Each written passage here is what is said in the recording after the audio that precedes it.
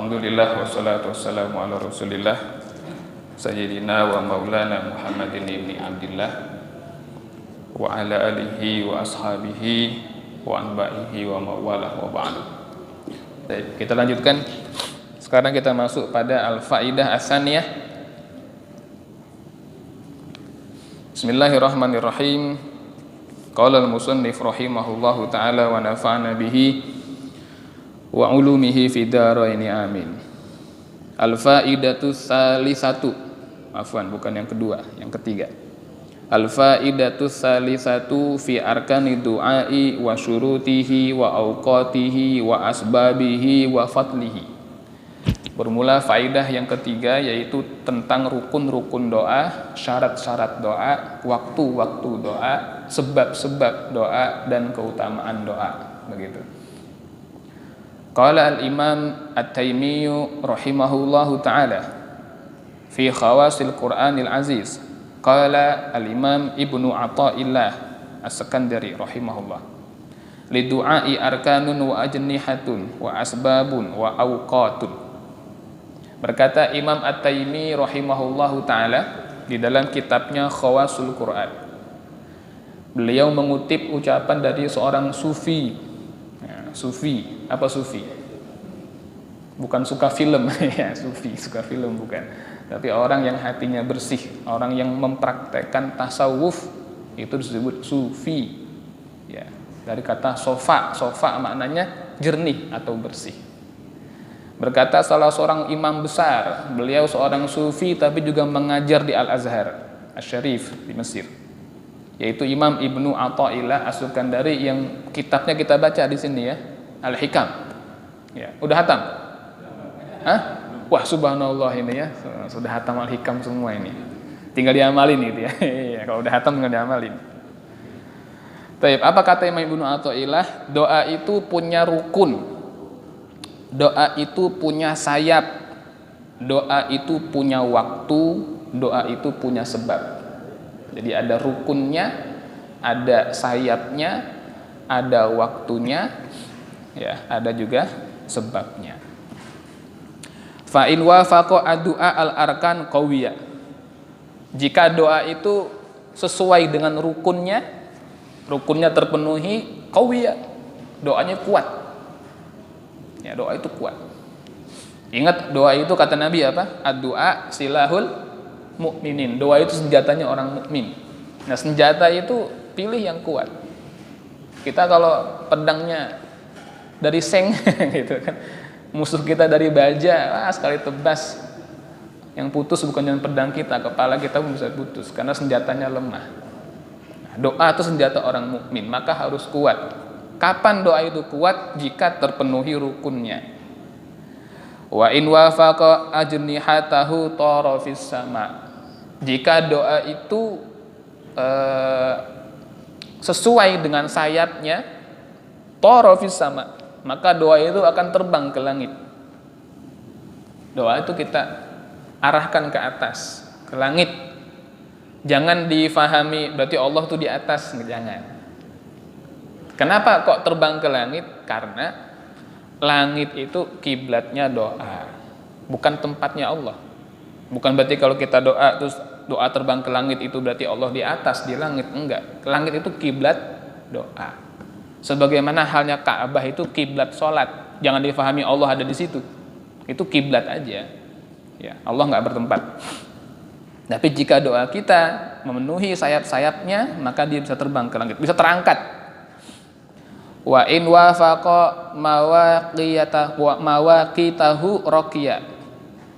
Jika cocok dengan waktu-waktunya, makin tinggi dia naiknya. Kan terbang itu ada yang mendatar, itu terbang juga. Ngambang, itu terbang. Tapi kalau raqiya itu naik ke atas terus, tembus. Kalau waktunya cocok.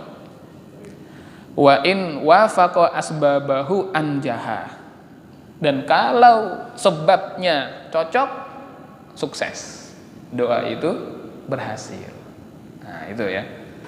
Nah, pertanyaannya, apa itu rukunnya? Dikatakan di sini, fa arkanuhu, maka adapun rukun-rukun doa, yang pertama hudurul qalbi. Doa itu hatinya harus hadir. Ya, hati harus hadir. Jadi kalau cuman mulut saja, hatinya nggak hadir, berarti rukun pertamanya tidak terpenuhi. Ya, qabul nggak Ustaz? Ya wallahu alam dah kalau masalah qabul gitu kan. Tapi ini rukunnya nih. Kalau qabul tidak qabul itu haknya Allah. Ya, tapi rukun doanya kita hilangkan kalau hati kita tidak hadir ketika berdoa. Makanya ketika berdoa itu harus menghadirkan hati. Di antara cara menghadirkan hati adalah memahami apa yang kita doakan. Doanya panjang tapi kita nggak paham. Modal menghafal. Bukan saya mencela, bukan. Tapi alangkah bagusnya kalau doa yang panjang tadi, yang berbahasa Arab tadi, itu kita fahami. Coba kalau kita fahami artinya, Rabbana la tu'akhidna in nasina au akhtana. Subhanallah. Itu doa dari Allah tuh untuk kita baca. Dan artinya itu luar biasa. Di sana kita melihat betapa Allah itu Maha Pemurah. Allah ajarkan doa itu, Rabbana ya Tuhan kami, la tu'akhidna, jangan kau hukum kami, inna sina, kalau kami lupa, au akhtana, atau kalau kami salah. Kita minta Allah jangan hukum kita kalau kita lupa atau kita salah. Manusia pasti lupa. Saking lupanya yang haram disangka halal kan begitu. Iya, saking lupanya gitu kan. Ya, jadi ini luar biasa. Kita salah sengaja minta jangan dihukum, lupa minta jangan dihukum. Doa dari Allah. Rabbana la tahmil alaina isran kama hamaltahu 'alal ladzina min qablina.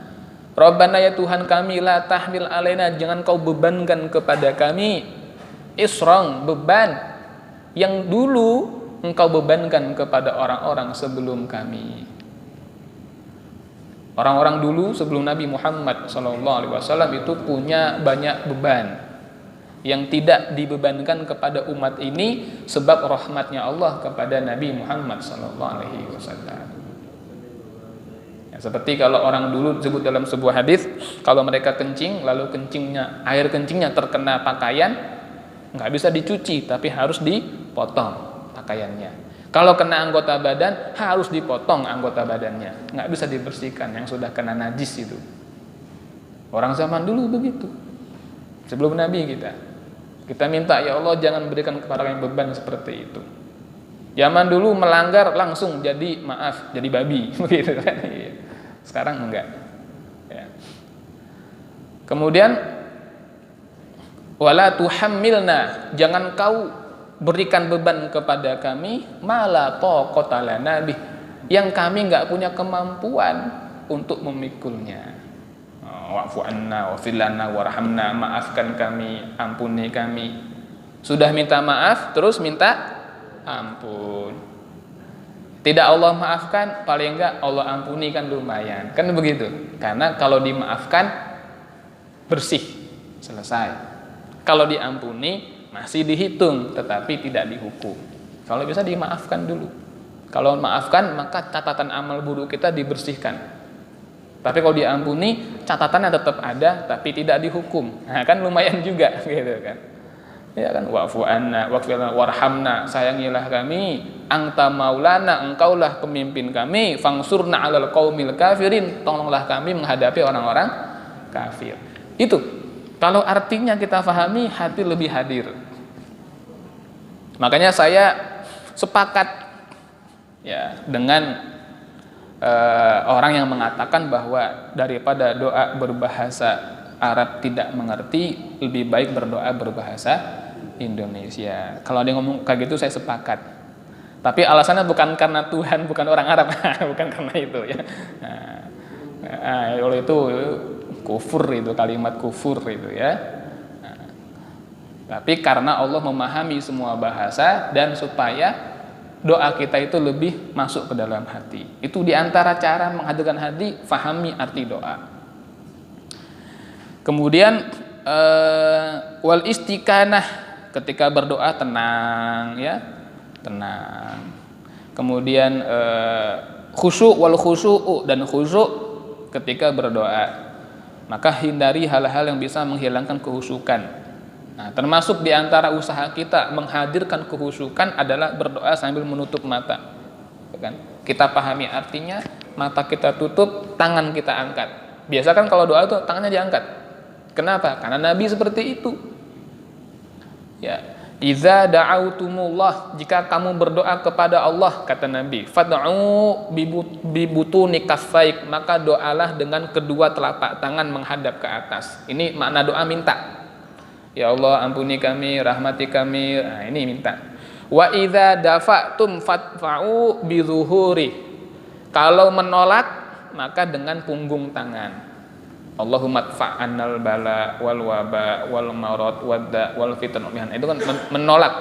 Ya Allah, tolaklah dari kami bala, penyakit, wabah, musibah, fitnah. Itu. Makanya kalau antum lihat ada khatib atau imam doa, kadang begini, oh ini lagi minta. Kalau begini, oh ini lagi nolak. Gitu kan, lagi nolak. Minta supaya dijauhkan. Seperti itu. Nah, itu diantara upaya menghadirkan kehusukan. Wa ta'alluqul qalbi billahi ta'ala, dan menggantungkan hatinya hanya kepada Allah. Ya. Hati dia yakin betul-betul bahwa hanya Allah Subhanahu wa taala yang dapat mengabulkan hajat-hajatnya. Nah, ini rukunnya, ya. Wa qat'uhu minal asbab, dan memutuskan yakinnya dia kepada sebab. Nah, bukan meninggalkan sebab. Ya, tetapi makan itu tidak mengenyangkan, begitu kira-kira. Jangan sekali-kali kita yakin bahwa kita ini kalau makan maka yang mengenyangkan itu adalah nasi. Ini bahaya. Ya. Kalau kita minum, yang menghilangkan haus adalah air. Nah, ini bahaya. Tapi tetap kita makan, tapi jangan meyakini bahwa yang mengenyangkan itu nasi. Yang mengenyangkan adalah Allah. Itu maksudnya. Putus dari sebab, bukan meninggalkan sebab. Tetap mengerjakan sebab, tetapi hati-hati. Jangan malah meyakini sebabnya itu yang bisa mengabulkan hajat. Itu rukun. Wa ajnihatuhu as-sidqu, adapun sayapnya doa adalah sidik, jujur, benar. Nah, tadi doa itu ada rukun, terpenuhi rukunnya kasih sayap biar bisa terbang. Apa sayapnya? As-sidqu, jujur.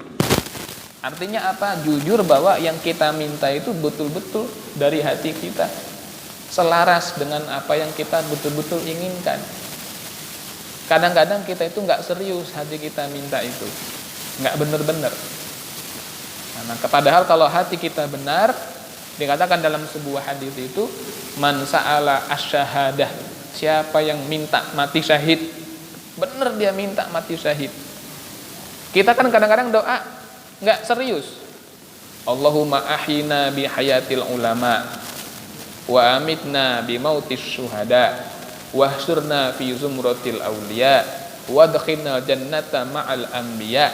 Kan doanya bagus. Allahumma ahyina bi hayatil ulama, ya Allah hidupkanlah kami dengan hidupnya ulama. Wa amitna bi mautis syuhada, matikanlah kami seperti kematian para syuhada. Wahsyurna fi zumratil awliya, dan di mahsyar nanti kumpulkan kami bersama para aulia. Wadkhilnal jannata ma'al anbiya, masukkan kami surga bersama para anbiya atau para nabi. Ini doa bagus banget. Cuman benar nggak kita minta itu? Gitu. Hidup seperti ulama, betul nggak hidupnya kayak ulama?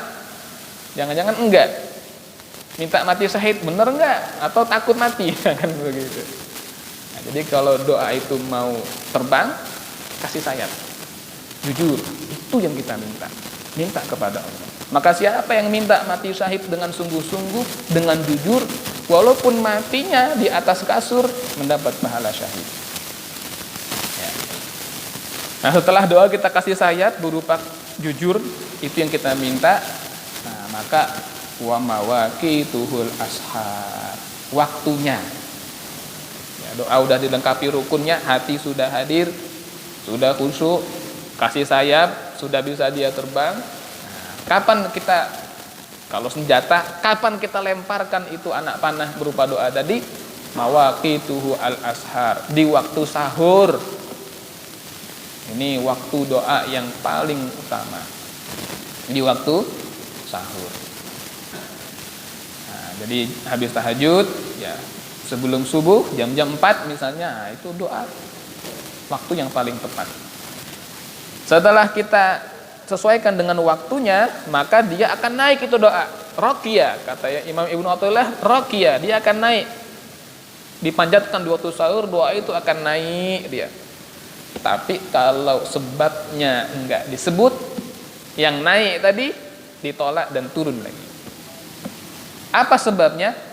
Wa asbabuhu as-salatu ala nabiyyi sallallahu alaihi wasallam. Sebabnya doa itu diterima adalah sholawat kepada Nabi sallallahu alaihi wasallam. Nah, makanya dalam sebuah hadis Nabi pernah bersabda, kullu doa, semua doa itu apa? Mardud, akan tertolak, malam yusol alayya, kalau tidak disebut sholawat kepadaku. Itulah kenapa dalam berdoa kita istighfar, terus tahmid, terus sholawat, baru doa. Ya sholat apa aja lah. Ya Allahumma sholli ala sayyidina Muhammad wa ala ali sayyidina Muhammad wa sallim tasliman katsira. Atau Allahumma sholli wa sallim ala sayyidina Muhammad wa ala ali sayyidina Muhammad. Terus doa, nanti ditutup dengan sholawat lagi. Nah, seperti misalnya wa salamun alal mursalin, atau wa sallallahu wa sallama ala sayyidil mursalin walhamdulillahi rabbil alamin. Nah ini ya. Kalau enggak kita bacakan sholawat tadi, mardud. Nah kadang-kadang kita kalau habis sholat doanya ada kita sebut tertib, tapi kalau di luar sholat kadang suka nggak tertib.